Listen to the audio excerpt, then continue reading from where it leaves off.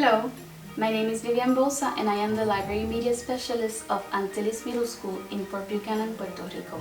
Today I will be reading the story, A Special Gift, by Carmen and Rivera-Lassén, illustrations by Mrinali, Álvarez, Astacio, adaptation in English by Raquel Arato. Monica heard Grandma's friends say that many years ago, beyond the city walls, a child was born, and back in those days, all the townspeople of San Juan got together to give him gifts. Hearing this story, Monica also wanted to give a gift to the child who was born on that first Christmas day. "Mom, what may I give the child?" she asked, as she looked up at the bright sky. She had heard that the child was very humble, and every year everyone left him gifts on the night before Christmas. She thought about giving him a gown decorated with bright stars and cojuyos. The gown would shine even when all of the holiday lights had been turned off.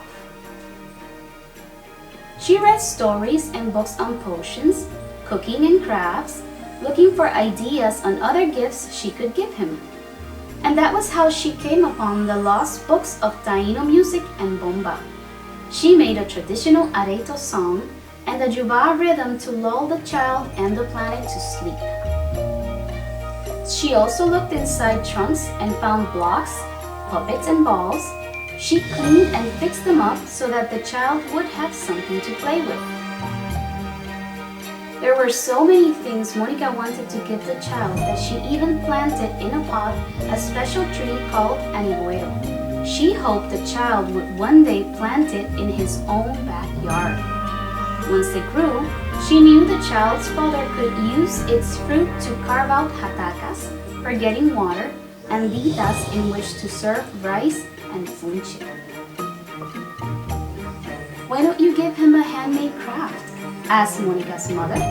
"He will grow up to be a carpenter, and I'll bet that even now as a little child, he would love to see things he will one day learn to make himself." Monica walked along the beach and mangrove looking for seashells, leaves, flowers, and seeds. The tide no longer brought in the deep-colored plants. The mangrove no longer produced as many shrubs. The plants with seeds like rosary beads no longer had as many seeds. Still, with the little treasure she did find, Monica made a collage for the child. Monica was very happy. When she arrived at her Grandma Anna's house, all of their friends and neighbors were there. They all knew about her wish to leave special gifts for the child on Christmas Eve. Inside a bejuco basket covered with plantain leaves, they had placed coconut candies, yards of white cloth for diapers, curia leaves for tea to ease poricos, cod liver oil to make the baby strong, castile soap for his bath, and coconut oil to make his skin feel soft. A comb made of bone, violet and lavender scented water, pieces of the scented tabonuco tree to keep mosquitoes away, pomas rosas in syrup, gooseberry juice, and the note with the same phrase written over and over: "We will save the planet." The night of December 24th, Monica put the basket with the gifts at the end of the table where her family had placed the nativity.